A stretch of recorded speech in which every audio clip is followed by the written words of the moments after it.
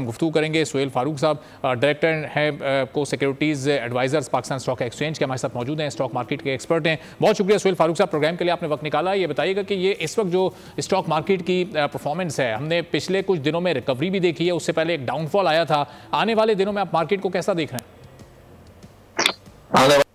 आने वाले दिनों में मार्केट इस चीज को देख रही है कि जो तमाम जैसे फॉर्मेशन ऑफ गवर्नमेंट जिस तरह हुई है या जो हमारे सामने कंफ्यूजन्स हैं,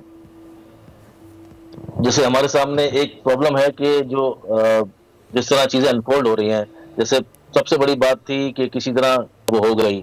अब स्टैंड बाय जो प्रोग्राम है वो उसकी लास्ट ट्रांच है, वो भी इंशाल्लाह उसके अंदर कोई प्रॉब्लम नजर नहीं आ रही। जो असल प्रॉब्लम है जिसको लोग देख रहे हैं या पार्टिसिपेंट देख रहे हैं, वो बड़ा IMF प्रोग्राम उसको देख रहे हैं।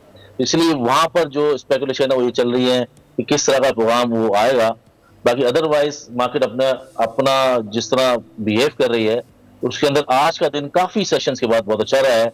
और सिर्फ इस बुनियाद पे जो IMF की तरफ से जो इस तरह के बयान आ रहे हैं कि हम नई गवर्नमेंट के साथ काम करने को तैयार हैं, इसलिए बड़े दिनों बाद आज का सेशन काफी अच्छा रहा।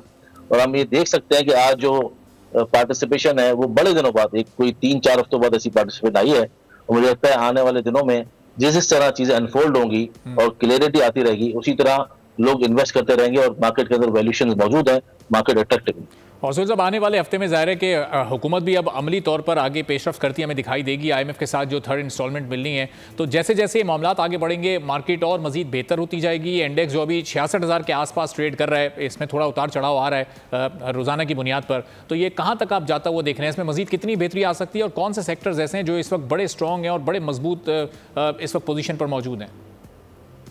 देखिए, आने वाले दिनों में एक बात भी है कि इन्फ्लेशन कम होने की वजह से इंटरेस्ट रेट कम हो सकता है मोस्ट प्रोबेबली। उस वजह से तमाम अक्रॉस द बोर्ड तमाम सेक्टर एट्रैक्टिव हैं। और क्योंकि मार्केट एक ऐसे लेवल पे है जो ऑलरेडी मार्केट अपने हाई साइड पे, ऑल टाइम हाई साइड पे है, तो यहाँ पर चेंज ऑफ हैंड्स होता रहता है। लोग बेचने भी आते हैं क्योंकि ये ओपन मार्केट है। कभी किसी को लगेगा कि अब बहुत सारी चीजें हो चुकी हैं, कोई स्पेकुलेशन के लिए कोई चीज ऐसी है नहीं। पहले जो बहुत सारी स्पेकुलेशन होती थी कि इलेक्शन हो रहा है, काबीना बन रही है, गवर्नमेंट बन रही है, प्राइम मिनिस्टर कौन है, ये तमाम किस्म की स्पेकुलेशन खत्म हो गई है। अब प्योर एक ही चीज हमारे सामने है, सिर्फ एक ही चीज, इकोनॉमी। और इकोनॉमी में मुझे लगता है कि ज्यादातर जो पार्टिसिपेशन है इस चीज पर रिलेक्टेंट होगा कि आने वाला IMF प्रोग्राम पता नहीं किस तरह का हो, कितना मुश्किल हो। इसलिए बहुत कॉशियस रह के लोग काम भी कर रहे हैं। और हमारा जो लॉन्ग टर्म टारगेट्स है दिसंबर 2024 के लिए, वो 85,000 इंडेक्स हो सकता है, लेकिन उसके लिए जरा पेशेंस चाहिए होगा। मार्केट के अंदर बहुत सारे सेक्टर ऐसे एट्रैक्टिव हैं, जैसे रिफाइनरी सेक्टर बहुत अच्छा है, जिसके अंदर हम ये देख सकते हैं कि अभी काफी जो रिफाइनरी पॉलिसी है या इस तरह के जो इक़दाम है उससे लेकर बड़ा एट्रैक्टिव वैल्यू मौजूद है। फार्मास्यूटिकल है जिसके अंदर नॉन एसेंशियल्स के जो प्राइस थे उनको लेकर थोड़ा सा एक स्टे ऑर्डर आ गया था, अगर वो क्लियर हो जाए तो वो बड़ा अट्रैक्टिव सेक्टर है। बैंकिंग सेक्टर के अंदर अच्छा यील्ड मौजूद है, फर्टिलाइजर के अंदर और पावर के अंदर भी अच्छी यील्ड मौजूद है। तो मार्केट अक्रॉस द बोर्ड बहुत अट्रैक्टिव है।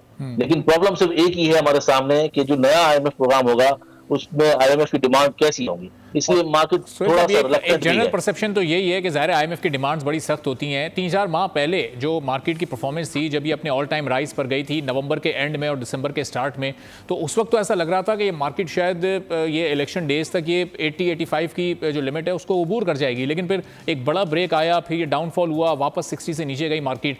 तो ये सब होने की वजह सिर्फ ये एक सियासी अनस्टेबिलिटी थी, इलेक्शन कैंपेन थी, इलेक्शन डेज थे, वो थे। अब जो स्टेबिलिटी मार्केट में आई है, इसको हम लॉन्ग टर्म कह सकते हैं?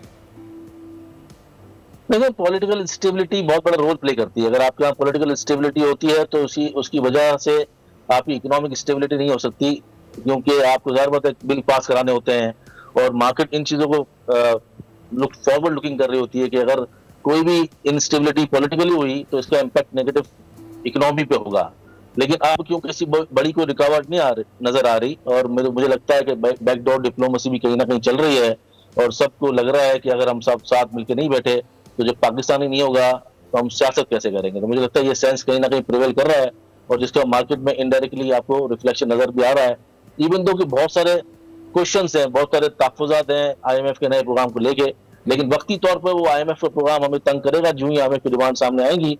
लेकिन इवेंचुअली क्योंकि मार्केट इस चीज को देखती है कि पाकिस्तान एक डिसिप्लिन इकोनॉमिक कंट्री हो जाएगा और एक स्ट्रक्चर में आ जाएगा, स्ट्रक्चर रिफॉर्म्स के बाद और IMF के प्रोग्राम में आने के बाद, तो वक्ती तौर पर बहुत खतरनाक डिमांड्स अगर हो, डू मोर का मुतालबा हो, तो वहाँ प्रॉब्लम ये हो सकती है कि वक्ती तौर पर मार्केट थोड़ा सा आप ये समझे इस तरह साइडवेज में जा सकती है या थोड़ा बहुत उसमें फ्लक्चुएशन देखी जा सकती है, लेकिन लॉन्ग टर्म में मार्केट के अंदर जो इस वक्त वैल्यूज मौजूद हैं, आप बिलीव करें अगर पूरी दुनिया से अगर इसका कंपेरिजन करें तो still cheapest market ever Pakistan की जो है दुनिया में सबसे ज्यादा सस्ती मार्केट पाई जाती है। प्रॉब्लम सिर्फ इस बात की है कि किस तरह हमारी जो पॉलिसी हो वो सस्टेन्ड हो और पॉलिटिकल इंस्टेबिलिटी नजर ना आए, तो मार्केट के अंदर बहुत हम अच्छी ग्रोथ देख सकते हैं। और सुनील साहब, ये जो इस वक्त इन्वेस्टमेंट का जो टोटल वॉल्यूम है इस वक्त मार्केट का, इस सूरत हाल में इसमें आप इजाफा होते देख रहे हैं? यानी नए इन्वेस्टर, चूंकि अब एक पॉलिटिकल स्टेबिलिटी आ चुकी है, जाहिर है कि अब मौशी इस्तेहकाम की जानिब हम बढ़ रहे हैं, तो इस वक्त नए इन्वेस्टर्स की कितनी वैल्यू है कि वो आएँ और मार्केट में वो परफॉर्म करें, और आते हुए आपको लग भी रहा है, या फिर इस वक्त एक रुझान नहीं है मार्केट में नई इन्वेस्टमेंट का? नहीं, नए इन्वेस्टर का तो नहीं है, ये बहुत तो जेन्युइन है। हम पिछले 5 साल से सोशल मीडिया के थ्रू भी मार्केटिंग कर रहे हैं और लोगों को समझा रहे हैं, लेकिन असल में इतनी अनसर्टन मार्केट होती है ये, और इतनी जल्दी लोगों के कैपिटल वाइप आउट हो जाते हैं। इस तरह की अनसर्टनिटी जो बीच में आपने देखा कि बल्ला आ रहा है, बल्ला जा रहा है, इलेक्शन हो रहे हैं, नहीं हो रहे हैं, इस तरह की जो अनस्टेबल किस्म की जो ये फ्लक्चुएशन आती है ना, उसके अंदर प्रॉब्लम ये होता है कि लोग उस फ्लक्चुएशन को बर्दाश्त नहीं कर सकते हैं। आपने अपना कैपिटल देखता हुआ जब देख रहे होते हैं कि बहुत ज्यादा लिक्विडेट हो रहा या मतलब वाइप्ड आउट हो रहा होता है वो, तो उनको बड़ी परेशानी हो जाती है। सब्सक्राइब करें और बेल दबाएं ताकि कोई खबर रह न जाए।